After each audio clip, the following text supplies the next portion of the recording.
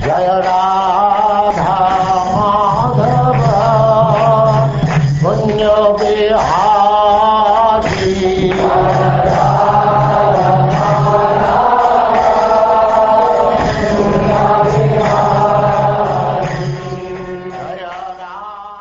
And now chapter 4. Ambarish Maharaj offended by Durvasa Muni.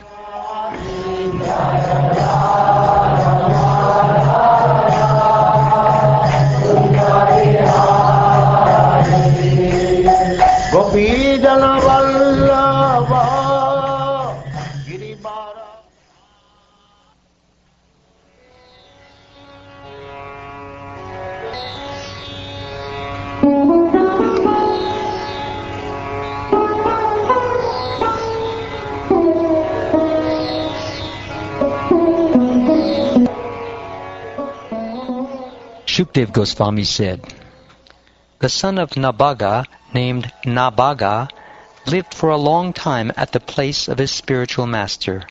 Therefore his brothers thought that he was not going to become a grahastha and would not return. Consequently, without providing a share for him, they divided the property of their father among themselves. When Nabaga returned from the place of his spiritual master, they gave him their father as his share.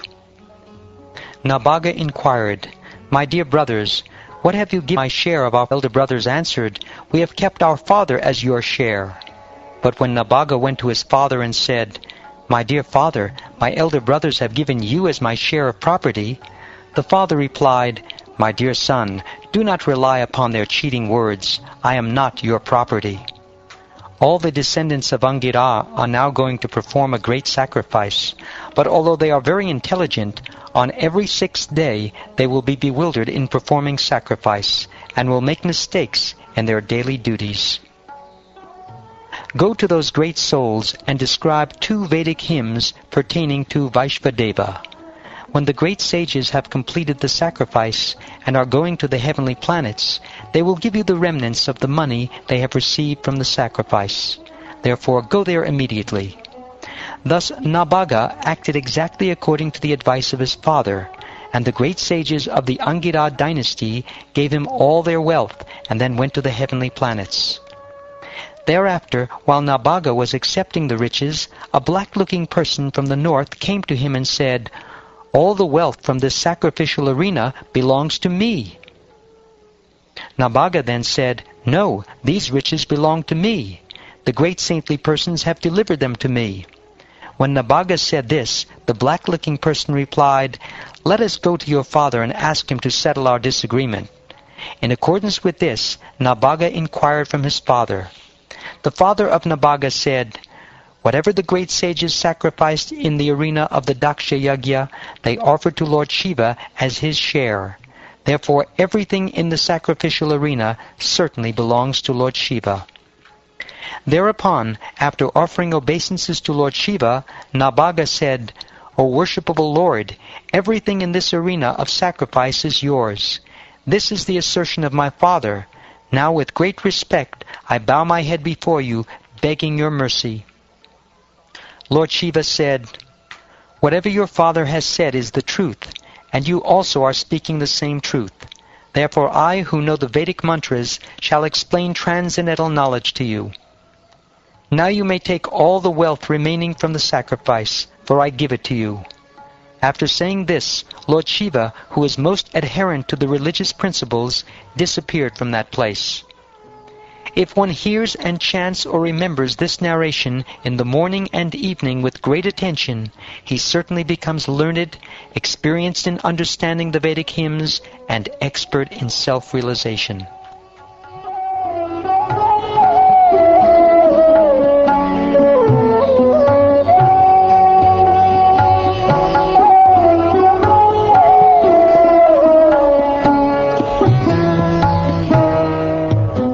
From Nabaga, Maharaj Ambarish took birth. Maharaj Ambarish was an exalted devotee, celebrated for his great merits. Although he was cursed by an infallible Brahmin, the curse could not touch him. O great personality, Maharaj Ambarish was certainly most exalted and meritorious in character. I wish to hear about him.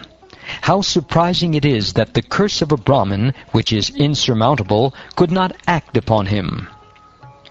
Maharaj Ambarish, the most fortunate personality, achieved the rule of the entire world, consisting of 7 islands, and achieved inexhaustible, unlimited opulence and prosperity on earth. Although such a position is rarely obtained, Maharaj Ambarish did not care for it at all, for he knew very well that all such opulence is material. Like that which is imagined in a dream, such opulence will ultimately be destroyed. The king knew that any non-devotee who attains such opulence merges increasingly into material nature's mode of darkness. Maharaj Ambarish was a great devotee of the Supreme Personality of Godhead, Vasudeva, and of the saintly persons who are the Lord's devotees.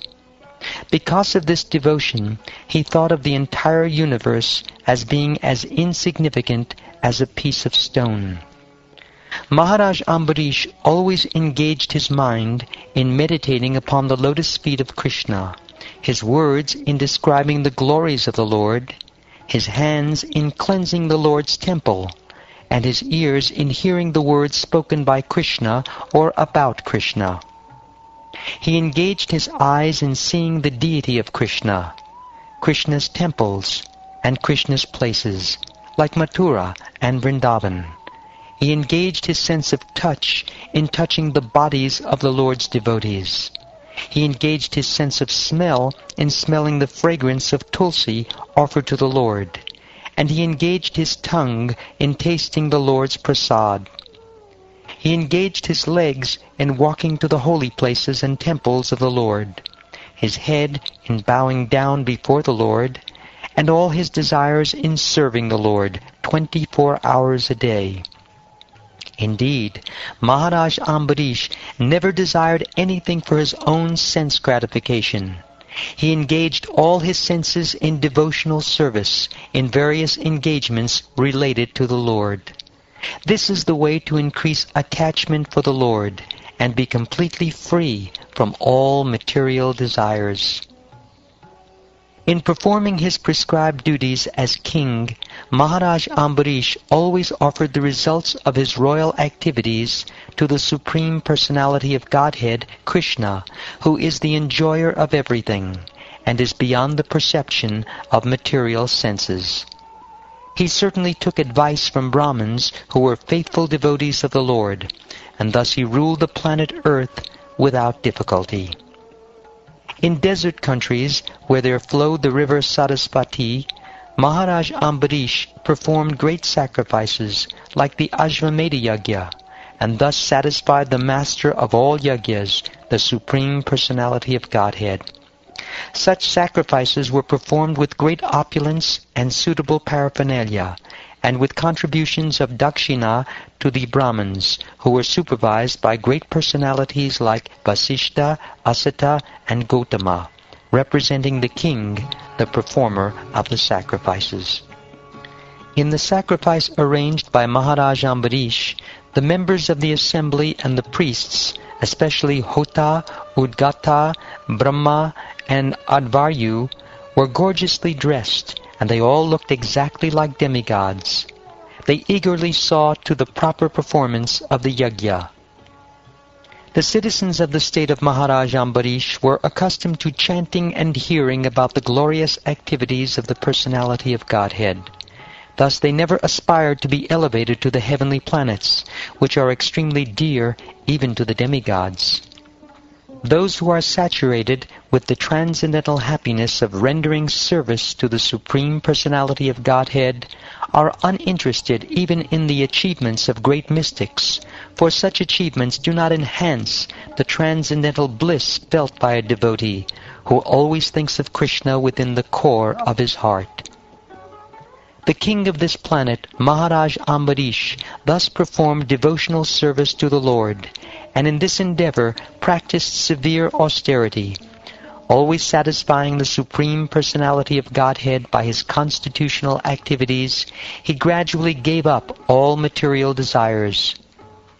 Maharaj Ambarish gave up all attachment to household affairs, wives, children, friends, and relatives, to the best of powerful elephants, to beautiful chariots, carts, horses, and inexhaustible jewels, and to ornaments, garments, and an inexhaustible treasury.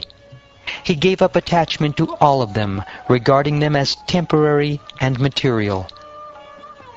Being very pleased by the unalloyed devotion of Maharaj Ambarish, the Supreme Personality of Godhead gave the king his disc, which is fearful to enemies, and which always protects the devotee from enemies and adversities.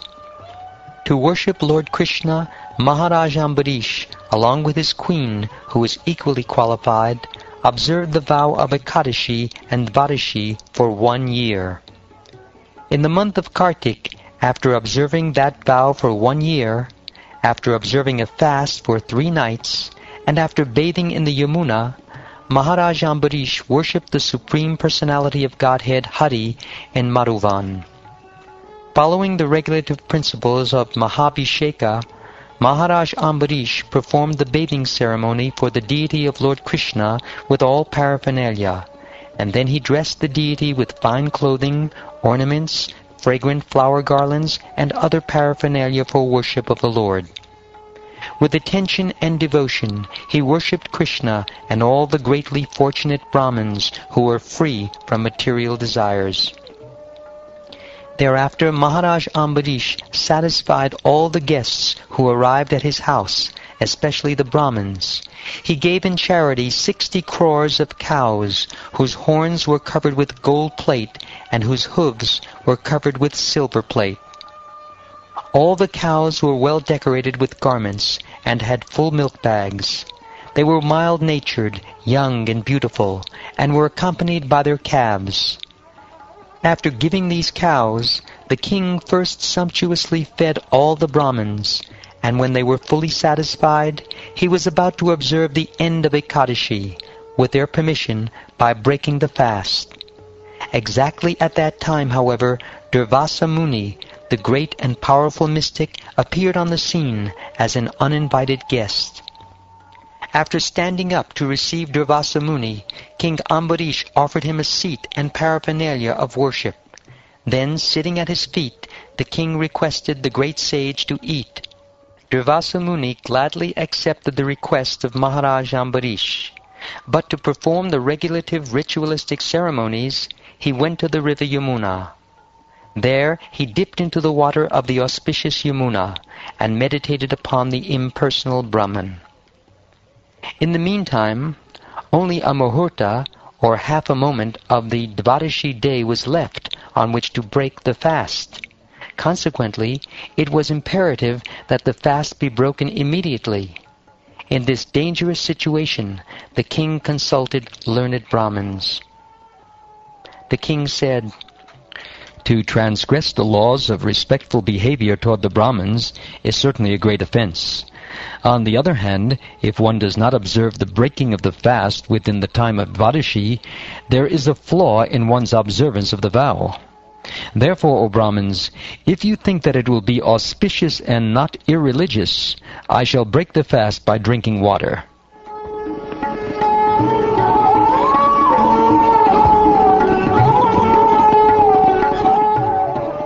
In this way, after consulting with the Brahmins, the king reached this decision, for according to Brahminical opinion, drinking water may be accepted as eating and also as not eating. O best of the Kuru dynasty, after he drank some water, King Ambarish, meditating upon the Supreme Personality of Godhead within his heart, waited for the return of the great mystic Durvasa Muni. After executing the ritualistic ceremonies to be performed at noon, Durvasa returned from the bank of the Yamuna. The king received him well, offering all respects, but Durvasa Muni, by his mystic power, could understand that King Ambarish had drunk water without his permission. Still hungry, Durvasa Muni, his body trembling, his face curved, and his eyebrows crooked in a frown, angrily spoke as follows to King Ambarish, who stood before him with folded hands. Alas, just see the behavior of this cruel man. He is not a devotee of Lord Vishnu. Being proud of his material opulence and his position, he considers himself God. Just see how he has transgressed the laws of religion. Maharaja Ambarish, you have invited me to eat as a guest, but instead of feeding me, you yourself have eaten first. Because of your misbehavior, I shall show you something to punish you.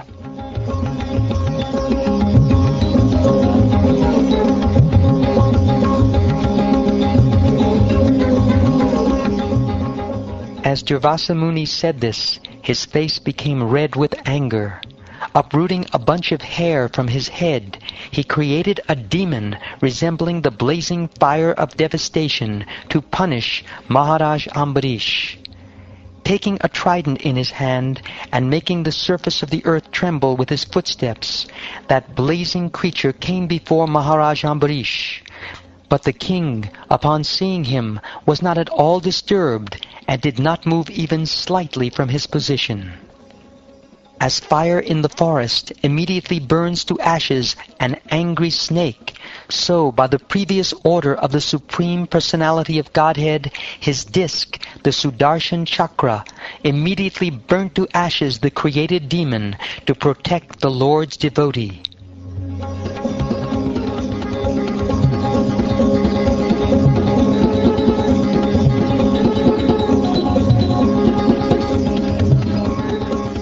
Upon seeing that his own attempt had failed, and that the Sudarshan Chakra was moving toward him, Durvasa Muni became very frightened and began to run in all directions to save his life.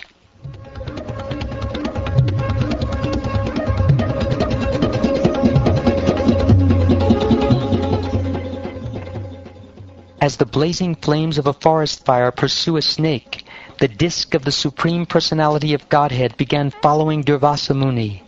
Durvasa Muni saw that the disc was almost touching his back, and thus he ran very swiftly, desiring to enter a cave of Sumeru mountain.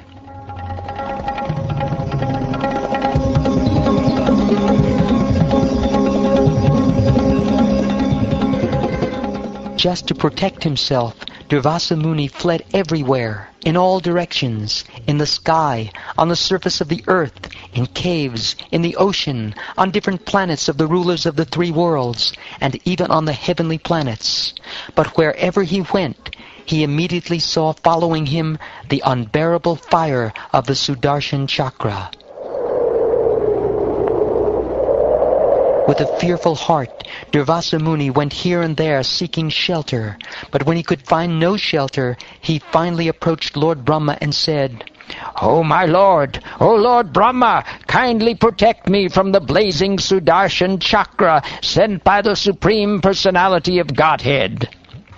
At the end of the Dviparadha, when the pastimes of the Lord come to an end, Lord Vishnu, by a flick of his eyebrows, vanquishes the entire universe, including our places of residence. Such personalities as me and Lord Shiva, as well as Daksha, Bhrigu, and similar great saints, of which they are the head, and also the rulers of the living entities, the rulers of human society, and the rulers of the demigods, all of us surrender to that Supreme Personality of Godhead, Lord Vishnu, bowing our heads to carry out his orders for the benefit of all living entities.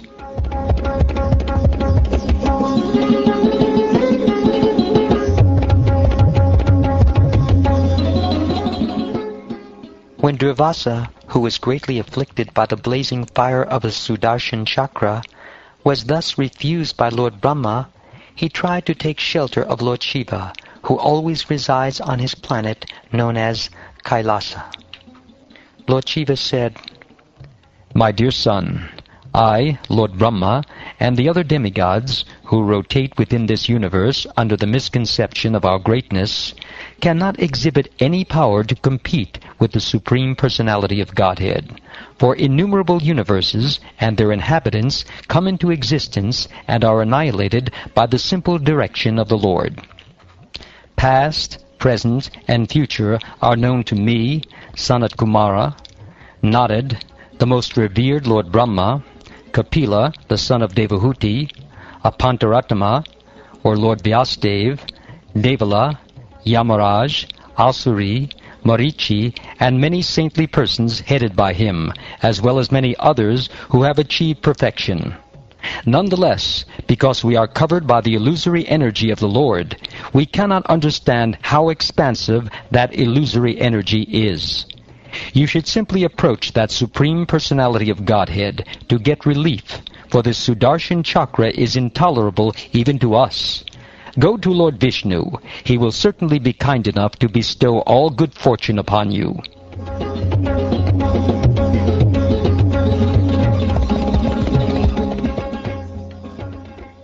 Thereafter, being disappointed even in taking shelter of Lord Shiva, Durvasa Muni went to Vaikuntha Dham, where the Supreme Personality of Godhead, Narayan, resides with his consort, the Goddess of Fortune. Durvasa Muni, the great mystic, scorched by the heat of the Sudarshan Chakra, fell at the lotus feet of Narayan. His body trembling, he spoke as follows. O infallible, unlimited Lord, protector of the entire universe, you are the only desirable objective for all devotees. I am a great offender, my Lord. Please give me protection. O my Lord, O Supreme Controller, without knowledge of your unlimited prowess, I have offended your most dear devotee. Very kindly save me from the reaction of this offense. You can do everything, for even if a person is fit for going to hell, you can deliver him simply by awakening within his heart the holy name of your Lordship. I am completely under the control of my devotees. Indeed, I am not at all independent. Because my devotees are completely devoid of material desires, I sit only within the cores of their hearts. What to speak of my devotee? Even those who are devotees of my devotee are very dear to me. O best of the Brahmins, without saintly persons for whom I am the only destination, I do not desire to enjoy my transcendental bliss and my supreme opulences. Since pure devotees give up their homes, wives, children, relatives, riches, and even their lives simply to serve me without any desire for material improvement in this life or in the next, how can I give up such devotees at any time? As chaste women bring their gentle husbands under control by service, the pure devotees, who are equal to everyone and completely attached to me in the core of the heart, bring me under their full control. My devotees, who are always satisfied to be engaged in my loving service, are not interested even in the four principles of liberation, Salokya, Sarupya, Samipya, and Sarshti, although these are automatically achieved by their service. What then is to be said of such perishable happiness as elevation to the higher planetary systems? The pure devotee is always within the core of my heart, and I am always in the heart of the pure devotee. My devotees do not know anything else but me, and I do not know anyone else but them. O Brahman, let me now advise you for your own protection. Please hear from me. By offending Maharaja Ambarish, you have acted with self-envy. Therefore, you should go to him immediately, without a moment's delay.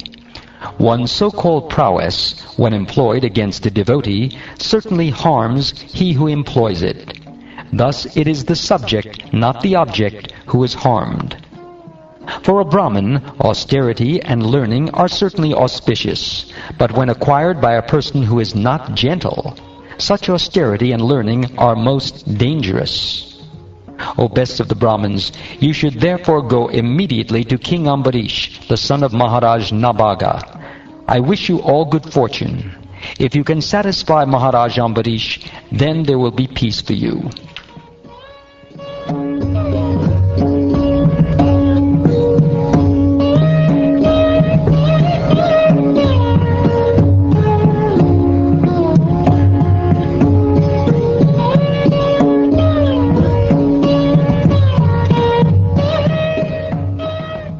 Thus ends the 4th chapter of the 9th canto of the Srimad Bhagavatam, entitled Ambarish Maharaj offended by Durvasa Muni.